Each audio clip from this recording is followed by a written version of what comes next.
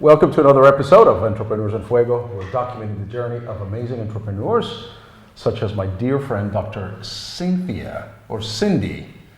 Banton. Right. How you doing, Doc? I'm doing well. How are you? AVID Consulting. AVID Consulting, that's correct. AVID means passion, Yes. eagerness. Yes. And you are passionate and eager. And it also is the word diva, D-I-V-A, spelled backwards.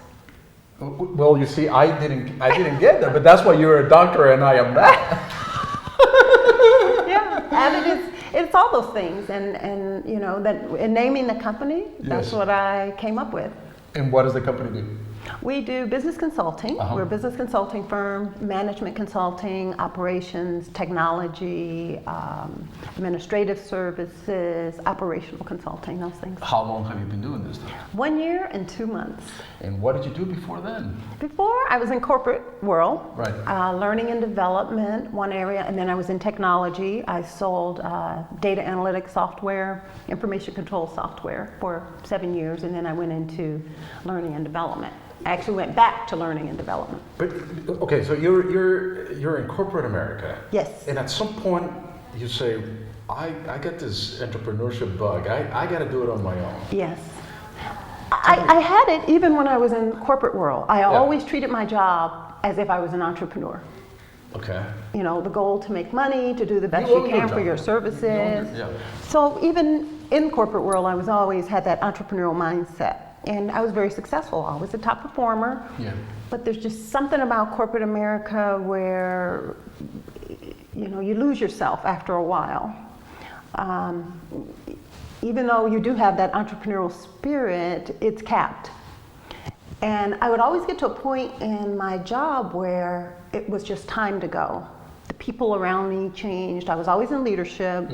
The leadership structure would change. Something was my cue to get, I was actually kind of pushed to the next job. And I said, you know, I completed my PhD, and I said, I'm going to take all this knowledge and experience and everything that I've learned from the corporate world, personally, and just start my own business. What prompted you to go ahead and get your PhD? I mean, most of us finish probably at the college level. Some of us maybe go to the MBA level or a JD or some postgraduate degree, and very few of us, I don't have one, but you go for your PhD. What? It was a lifelong dream. I've always wanted to be, I come from a family background where, on my father's side, where everybody's highly educated. They're all teachers, professors, administrators, principals, school principals. So it's kind of understood that you would do that. I'm the first doctor in my family. We have 2 more in my age range that are in programs now. I wanted to see if I could do it. I wanted to achieve the highest level of education. I also wanted to use my education in ways to give back to the community.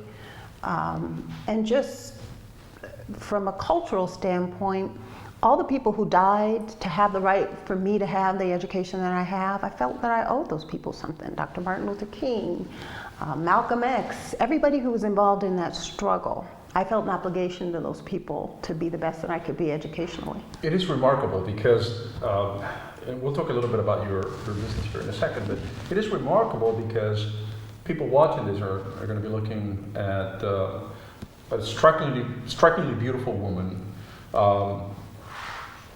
minority with a PhD, worked for corporate America, and took off and created her own business. Right.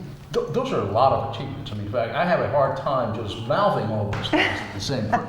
You know what I mean? But it's remarkable because the message is you too can do it. You too can dream big. You too can go ahead and get all these things done. Absolutely. I mean, I'm a girl from the hood. I'm born and raised in Compton, California. I know where that is. Yeah.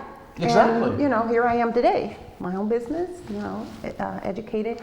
I wanted to break that stereotype of, you know, the classical scholar. You know, there's always this as a scholar, you see people who tend to be a little conservative and frumpy, and I mentor young women, and I want them to know that you can still have fun, you can still be a diva, and Sure. you just become a PhD diva.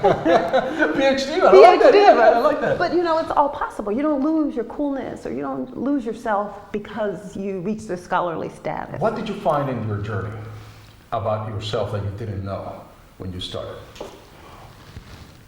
It was actually an experience of resilience. It was an educational experience like no other. It broke me down to nothing. I began to doubt myself. I went through the core work fine. I was a 4.0 student, but when it came to the dissertation, life happened. Things started happening. I had a sister who was diagnosed with terminal cancer. My study subject dropped out. 6 months into my study, I had to start over. Everything that could possibly go wrong went wrong, and I began to doubt myself. All my classmates were, going on to graduation, and I was still struggling with things happening.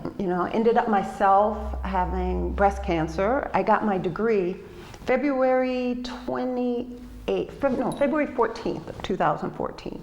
March 31st of 2014, I got a breast cancer diagnosis through a just routine mammogram. Yeah. No history of breast cancer in our family or anything. So that just added to things. So once all those things happened, went through chemo, radiation, everything, came out of that, I am a stronger person now, more than I've ever, thought myself to be. And I remember my grandmother used to say, God doesn't give us things we can't handle. I was like, apparently God thinks I'm a badass.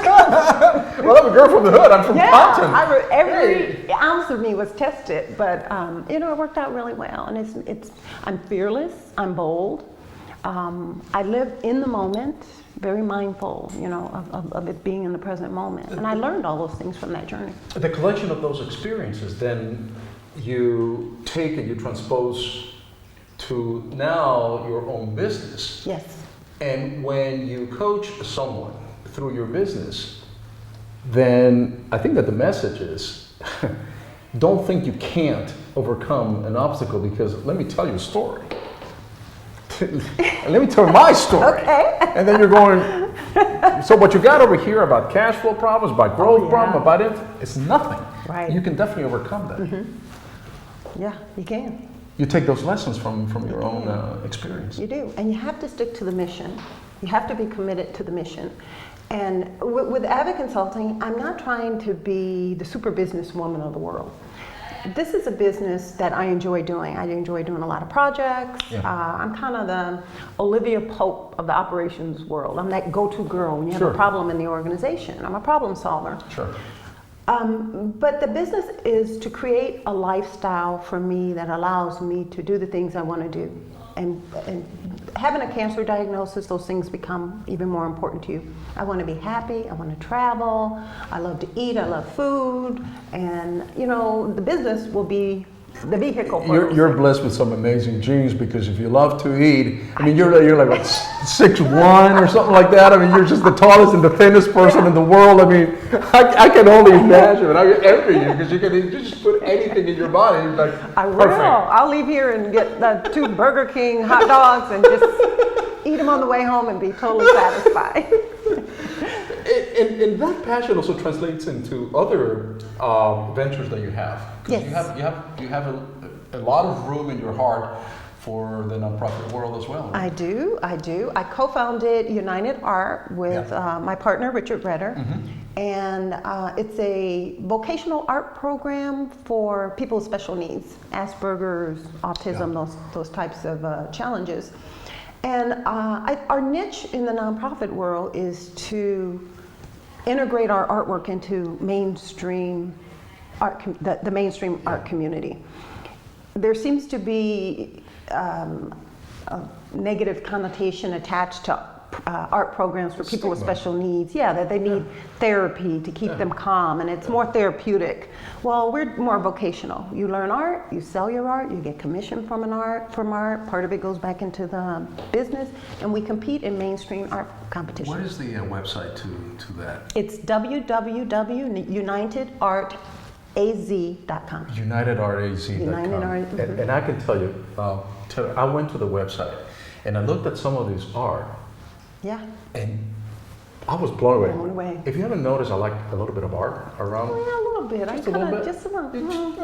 Right? Yeah. And I'm looking at this art, and you and I were looking at it, and I'm like, this is incredibly good material. Very good material. And then I found myself, like you're saying, kind of taken aback a little bit because I felt that I was a little bit, not prejudiced, but maybe stigmatized with the idea that maybe this group of people, and I categorized them that way, would not be able to produce such beautiful and striking work. And I'm just not saying that gratuitously. I mean, this is truly very good work. Yeah. In November, we had the launch of the nonprofit. Yeah. And we had, artwork. We had an art show at the event, and people, when they walked in and saw the art, it was like walking in here. It was amazing. It is an amazing I think experience. they thought they were going to see stick figures or something. That's what I thought. And I got that response from everybody throughout the evening. They said, "This is absolutely gorgeous. Can we buy it? Can we do this? Can they paint my pets?" We had some pictures of pets, which were very popular there that evening. So they said, "Can you paint pictures of my pet? We'll give you a picture." I said, "Sure, they can do anything." They're amazing. Yeah. Dr. Cynthia, I don't know whether you call it Cynthia or Cindy. Dr. Cindy is fine. Dr. Cindy? Dr. Cindy, Dr. B, Dr. B, Dr. Ben, Diva. who cares? You're an extraordinary woman, and your journey is just amazing. And the message is resiliency, right? Never giving up. And you could have given up at any point in time during your journey because you have enough reasons and enough obstacles to give up, but you didn't. Yeah, I didn't. What other lesson are we going to learn from you today? Because I feel gifted today because I got an amazing gift from you today, man. Did you? Yeah, of course. That resiliency, never giving up, Yeah. even in the most stressful times, even the most I think the message, it really is resiliency, but it's using obstacles as stumbling blocks for things. And this is kind of cliche, everybody says it, but a setback is actually a setup. I have had so many miracles and so many things happen in my life just by being broken down to that basic level and like a phoenix rising. Just being committed, staying in the moment, that's the big thing because I'm a worrier. That's another big lesson. Just stay right where you are. Engage in that very moment, the very seconds of whatever you're doing. And it takes away all that worry and fret and what's happening next and everything. I'm just overwhelmed by it. I don't know what else to say. I'm seldom speechless. Yeah. Oh, good. You can't do that. You're the interviewer. You can't be speechless. I'm seldom without words. But your story is so amazing, so compelling that we will share it with our thousands and thousands and thousands of friends. And it's just an amazing story. Yeah, maybe it can help someone. Maybe, somebody's at a point in life where they want to make that jump and come out of the corporate world and just do it. Or maybe someone's going through a life-threatening illness and they say, "You know what, I can do this." You got to tell me the secret of eating 2 hamburgers and everything that you eat and staying in the shape that you stay. I'm telling you that. If you bottle that secret, you're selling. Oh yeah. Extraordinary. All my life, I love food. I just love food. I eat anything and everything. You're gonna have to come back and tell us that secret. I will.